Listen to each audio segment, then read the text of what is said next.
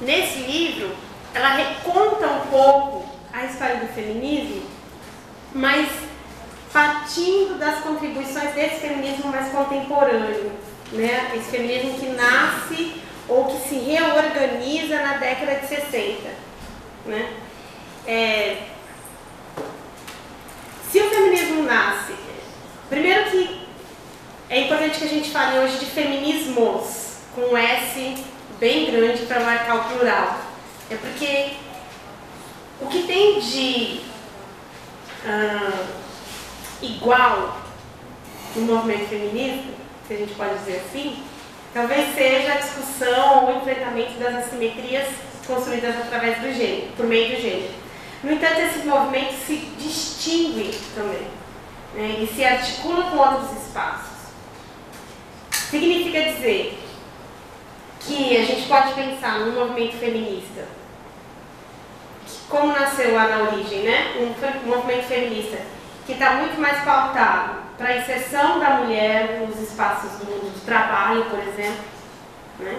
Isso é uma das pautas iniciais do movimento feminista, né? A busca ou, na verdade, a garantia da mulher acessar o espaço público. Já que nós, enquanto sujeitos atravessados pelo gênero, né, uma das características naturalizadas para os nossos corpos é o domínio do espaço privado. Né? A mulher é a rainha da casa, do lar, não da rua. Né? O espaço da casa é o espaço feminino, o espaço da rua é o espaço masculino. Por isso, nós meninas fomos muito mais incitadas a vivermos mais tempo dentro da casa, enquanto os nossos irmãos possivelmente foram estimulados ou não foram impedidos de ocupar o espaço da rua. Né? Essa é uma das questões. Então, no primeiro momento, o feminismo nasce com essa preocupação, né? Da inserção da mulher no espaço público. A partir daí, ele vai tendo várias reconfigurações. Né? Eu gosto muito de pensar que, atualmente, né, esse movimento que se distingue em várias questões, se distingue e que vai partir por vai pautar várias questões. Né? Uma delas, por exemplo, pode continuar sendo uma igualdade salarial. Né? Isso é uma pauta válida para o movimento feminista ainda hoje. Né? Mas tem outras pautas que também são válidas para o movimento feminista hoje e que estão mais presentes no feminismo mais contemporâneo, que é a discussão, por exemplo, da autonomia do corpo feminino. Né? Que vai levar a vertentes ou raciocínios que vão atingir lá balizas da sociedade brasileira. Porque o corpo feminino, apesar de ser um corpo do ambiente privado, é um corpo gerido pelo espaço público. O nosso corpo é um corpo do privado, mas ele é gerido pelas leis do espaço público. Um exemplo disso, por exemplo, não entrando na seara das reflexões de cunho religioso, não estou entrando nessa seara, né, mas, por exemplo, o aborto é crime. Significa, efetivamente, sem discutir uma questão a partir de uma perspectiva religiosa, né, não é isso que eu estou fazendo aqui agora, significa que eu, mulher, não possuo autonomia para gerir ou gerir o meu próprio corpo. Existe uma decisão sobre o meu corpo que eu sou impedida de tomar. Não é sobre o corpo do outro, é sobre o meu próprio corpo. Não posso, sou impedida de tomar por uma série de características, uma série de influências, mas efetivamente sou impedida de tomar. Então, o que eu acho que fica, né? Essa articulação de categorias vai lá para o feminismo e criar uma articulação de demandas. Né? Vai criar uma nova articulação de demandas que vão passar pelo corpo, vão passar pelo empoderamento da mulher, né? Vão passar pelo questionamento desse espaço que a mulher ocupa no mercado de trabalho, mas também vão para além disso, vão pensar que espaço ou que reconfigurações no espaço privado, ou como o espaço privado é configurado em termos de gênero. A gente começa a falar agora, por exemplo, do aborto masculino. Vocês já ouviram esse termo? Né? Aí você fala assim, gente, como é que você fala em aborto masculino? Que coisa louca, né? Por quê? A ideia é bem simples, são os homens que não assumem a paternidade. Né? Tem filho e não é dele. Não assume a paternidade, não assume o papel da paternidade. Né? Não cumpre. Oi? Não, o aborto masculino é um problema. Esse sim é um problema de saúde pública, esse sim é um problema público. Né? Por quê? Porque nós naturalizamos que a maternidade é algo restrito à mulher. Ou seja, esse feminismo que parte da articulação vai pautar uma série de discussões, né? Que estão fundadas na inserção da mulher no mercado de trabalho, mas não estão mais restritas a isso. Né? Eles partem de uma fala que eu gosto muito, que é de pensar que o privado é político. Né? O privado é político. Então, o que está acontecendo no espaço privado está orientado por uma dimensão política, por uma dimensão ideológica. E aí esse novo feminismo vai tanto se pautar numa vertente. A gente pode ter um movimento feminista, discussões feministas, que vão ser contrárias, por exemplo, a uma discussão de autonomia do corpo feminino. Como a gente pode ter discussões feministas que vão ser favoráveis ao empoderamento feminino, que vão questionar essas hierarquias de gênero, mas que vão pautar a possibilidade de um corpo que se transforma, né, como as discussões, por exemplo, da transexualidade, de um corpo feminino que não é um corpo feminino que nasceu feminino, mas um corpo que, para além do outro, se transformou em feminino. Né? Então, o desafio da articulação, ou o desafio da interseccionalidade, chega nos movimentos também para pensar isso. Né? Que movimento feminista é esse hoje? Ele é múltiplo. Ele é múltiplo porque são múltiplas as questões que atravessam o cotidiano das mulheres. Por isso ele é múltiplo. A Cris tem um grupo de mulheres, vocês uma vez me comentaram, você e a Verônica, que vocês participavam de um grupo de mulheres das águas, não era isso? Isso. Como é que chama o termo? Qual é o grupo de mulheres das águas mesmo? É isso mesmo? É. Ué, o que está marcado aí? Então, quais são as demandas dessas mulheres? Elas partem de uma especificidade regional. Né? Uma mulher amazônica tem demandas que são de uma mulher amazônica. E que uma mulher que está lá no centro da cidade de São Paulo não vai caber para essa mulher. Não vai caber.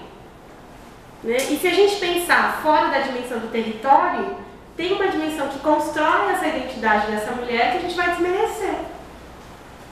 Por isso que a gente não pulveriza, a gente articula categorias. Né?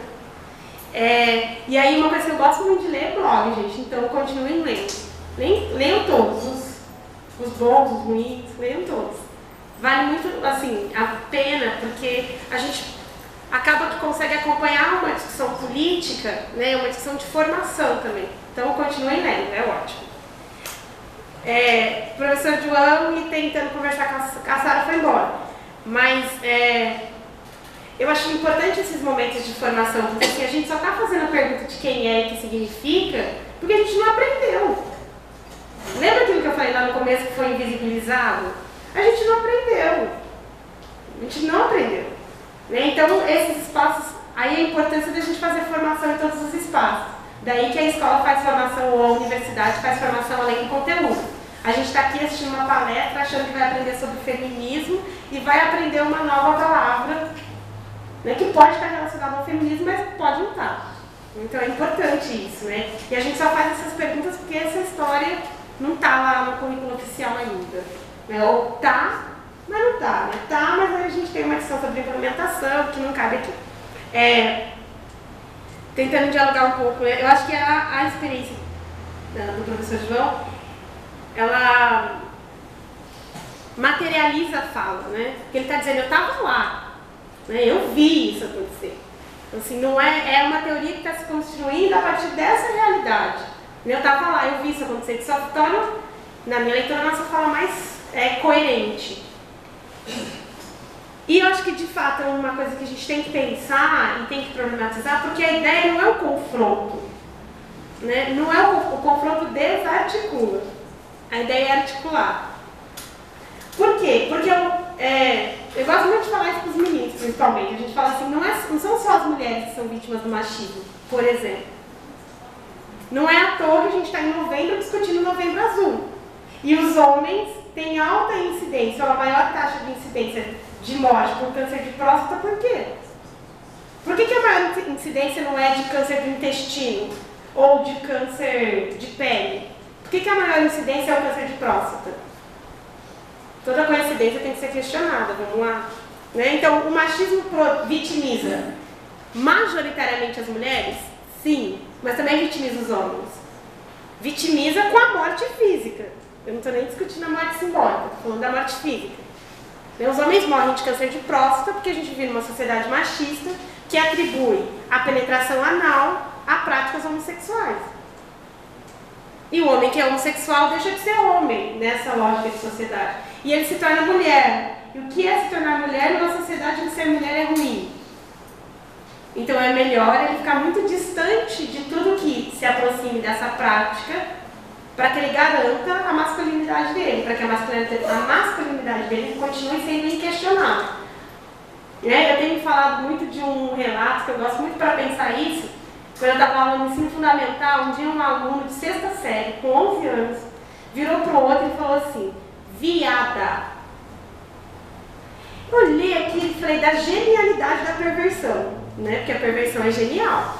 Da genialidade da perversão, porque para aquele menino de 11 anos, o que ele já tinha entendido em uma única palavra? Que não bastava só ser homossexual, naquela lógica, né? Não bastava enquanto ofensa. Para eu ofender de verdade meu coleguinha de sala, eu tinha que fazer com que ele fosse homossexual e mulher. Por isso ele não pode ser viado, ele tem que ser viada. Olha da perversidade, né, que isso constrói, porque ele já entendeu que não bastava só ser mulher, ser homossexual. Homossexual não podia ser. E mulher também não. Então como é que eu faço esse sujeito sentir o reduzido, o sujeito reduzido? Eu chamo ele de mulher e de homossexual. Por isso, eu acho que se a gente pensar pelo viés do machismo, e assim como se a gente for pensar pelo viés da raça, a ideia não é criar uma cisão entre essas perspectivas. Né? A ideia não é dizer, aqui a gente só faz isso e aqui a gente só faz aquilo. O que eu acho que tem que ser garantido é que algumas experiências marcam alguns sujeitos e não marcam outros. Então a gente pode tentar acessar essas experiências por meio da teoria, a gente pode tentar acessar essas experiências por meio do contato, mas são experiências que estão marcadas nesses sujeitos. Né? Eu nunca vou acessar uma experiência de mulher negra, eu nunca vou acessar uma experiência de mulher preta, porque eu sou uma mulher parda.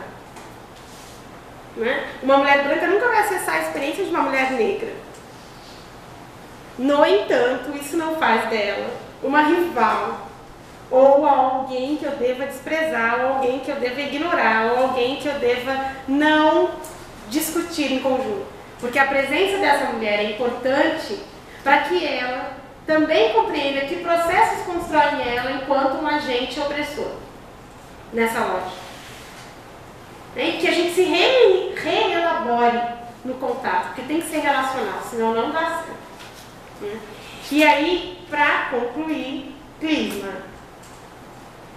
Eu vi duas coisas que eu fiquei abismada. A primeira, aquela história dos adesivos que colocaram nos carros, não sei se vocês viram, de um adesivo que representava a atual presidenta, a Dilma, de pernas abertas, e ele ficava bem onde a gente coloca combustível no carro.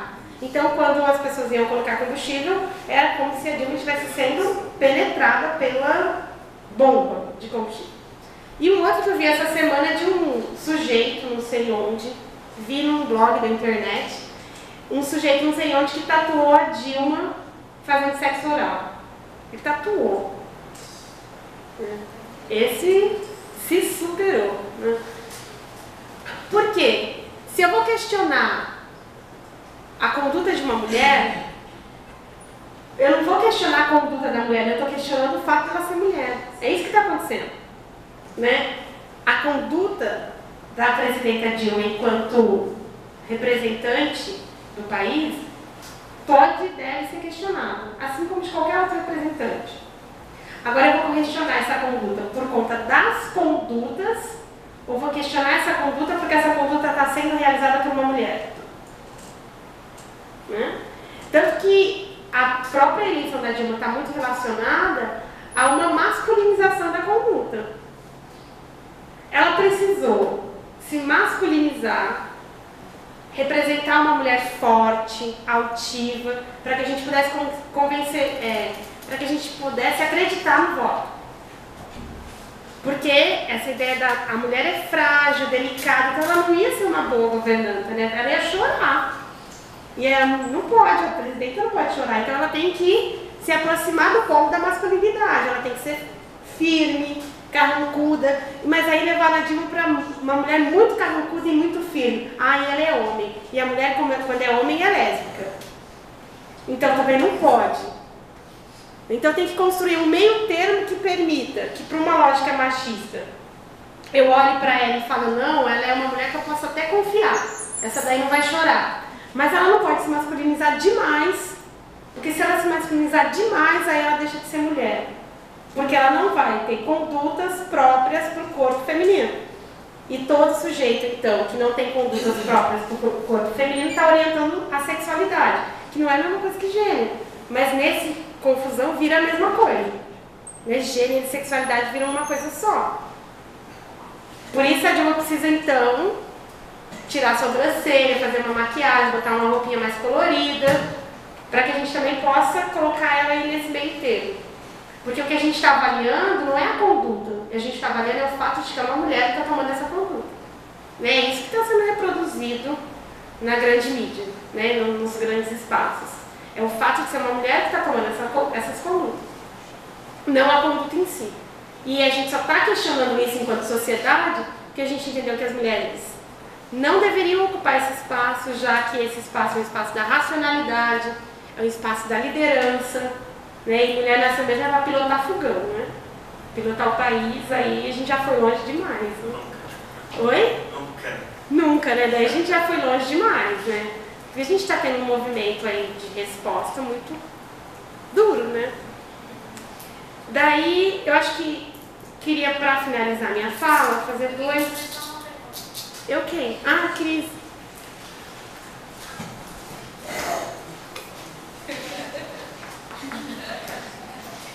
Cris, tá na hora do bife, esses meninos vão matar a gente. Nossa, Karina, a sua palestra foi belíssima, contribuiu muito com o meu conhecimento, né? Porque, na verdade, como a gente é da área da educação, a gente começa a estudar o feminismo através da educação. E você citou muitas autoras que discutem essa questão do feminismo, da mulher negra, mas não colocou lá nas suas referências. Ah, não, porque aquilo lá era nas referências da citação? Não, que você coloca assim. Ah, não, aqui eu não coloquei referência, não. Eu fiz umas sugestões para quem quisesse saber de outras coisas. Eu não fiz referência. Tá. O erro foi esse. Eu nem fiz referência. Foi pior meu erro. Não é que eu não coloquei, eu nem fiz. Então, isso seria bom, né, para a gente ampliar nossos conhecimentos. Hoje está se discutindo muito a questão da mulher negra, até por causa da marcha, né? A mídia, de uma forma positiva ou negativa, está se destacando.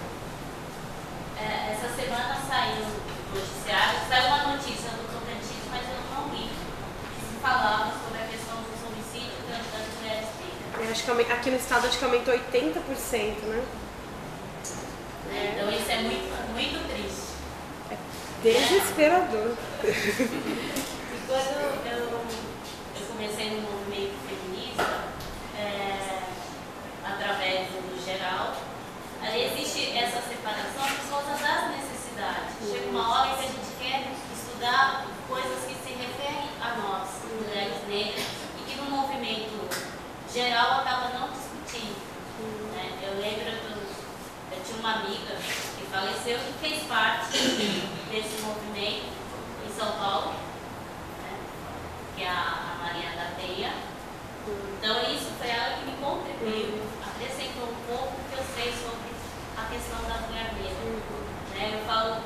já várias coisas.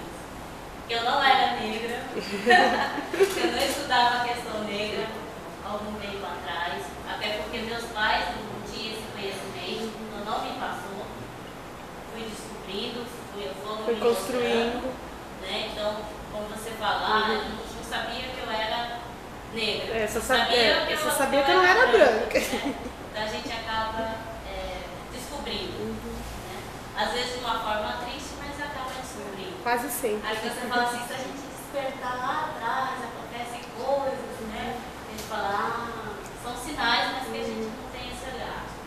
Na verdade, eu só não tenho perguntas, né? Eu só queria agradecer e falar dessas indicações, dessas leituras que falam sobre a questão do feminismo da mulher negra, né? Nas ciências sociais, porque o que a gente acaba estudando fala mais sobre a educação, o que ela sofreu na escola, né? Então por isso que ela foi estudando, hoje como ela vê, a gente vê muito isso na educação, e queria conhecer essas outras teorias.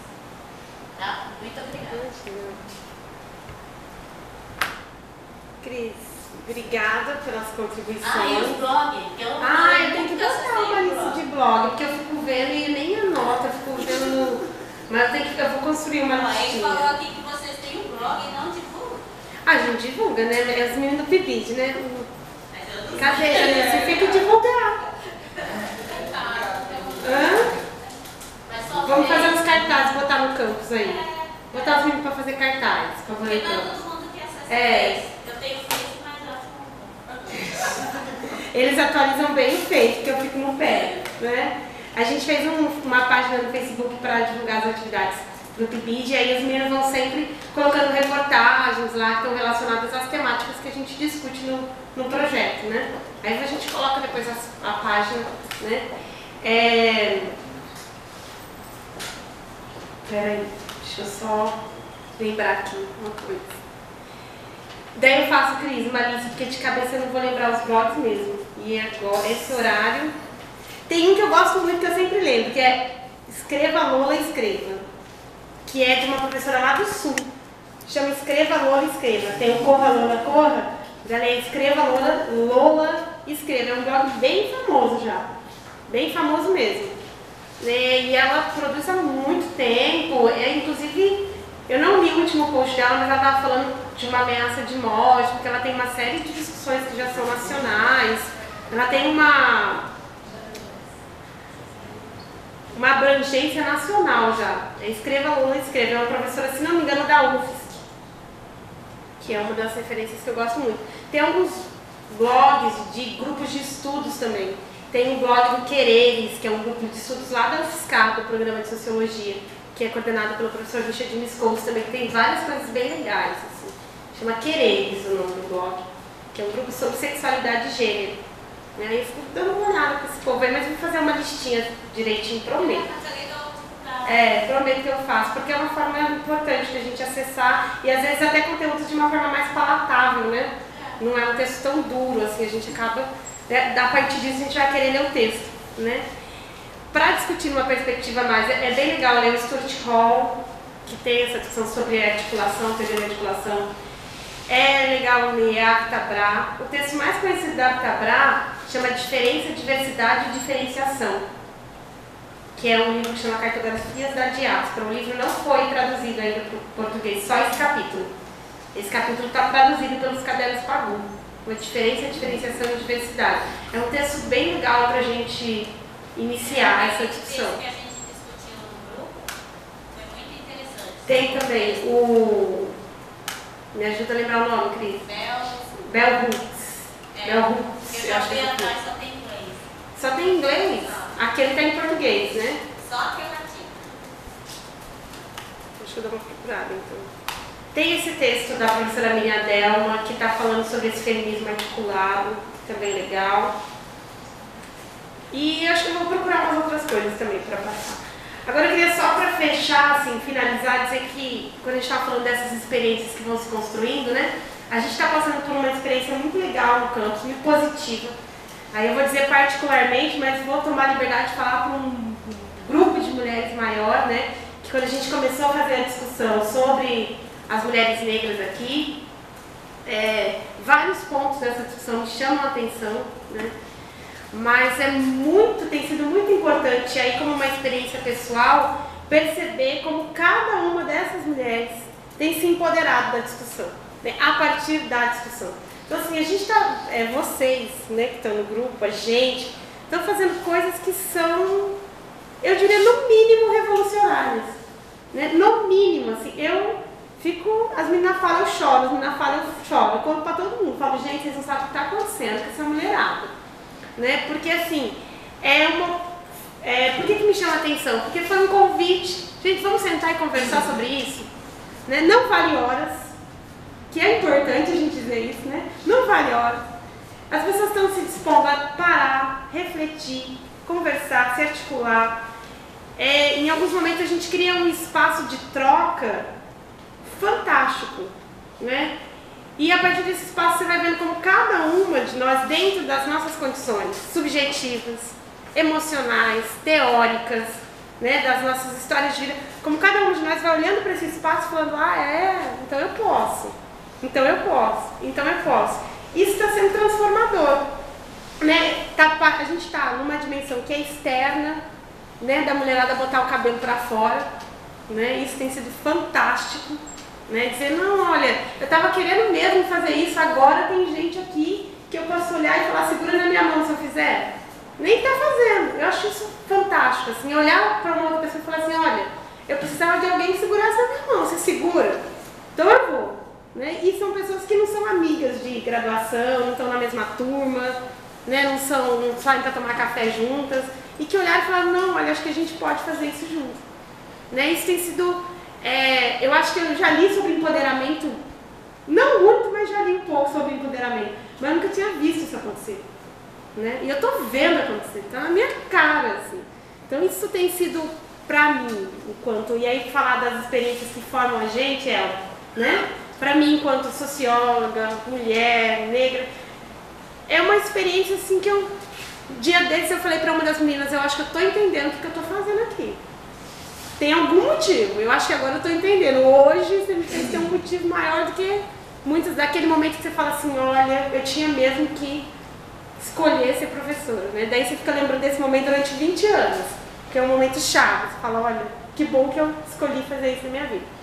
Então dizer assim, que quanto tem sido importante essa vivência, e que a gente não tem que, às vezes a gente fica pensando, mas não vai dar certo, não vai acontecer, a gente está lá em Tocantinópolis, não vai acontecer, não vai dar certo. E as coisas acontecem, né? E a gente tem construído uma articulação muito maior do que muitos outros lugares, né? E que tem sido fundamental, tem sido muito importante. Então, parabenizar todas nós, né? A gente está arrasando, que nem eu falo para vocês o tempo todo, está um sucesso.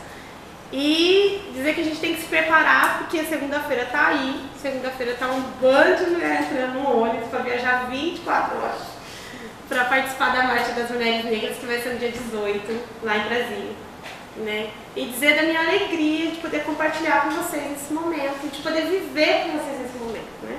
Agradecer mais uma vez todo mundo que está aqui até depois da hora do bife. Cadê o povo da educação física? Com eles a gente descobriu que o negócio é falar de comida. Né? Que estão aqui até depois da hora do bife. E todos vocês também estão aqui, estão, né, ouvindo e discutindo com a gente. Agradecer o NEAF, né, pela realização da semana, pelo evento, pelo convite, e convidar todo mundo já a tomar a fala dos meninos aí, convidar todo mundo para continuar participando, porque esse é um espaço de formação fundamental. Né? Aí não sei, Nilma, vai encerrar?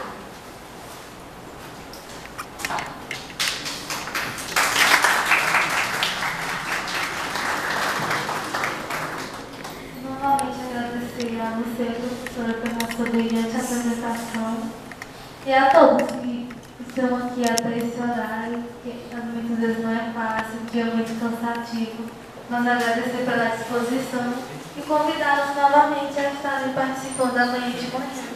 E a mesa tem como título Política de Atendimento à Educação Infantil no PNL 2014-2015 e Desigualdade.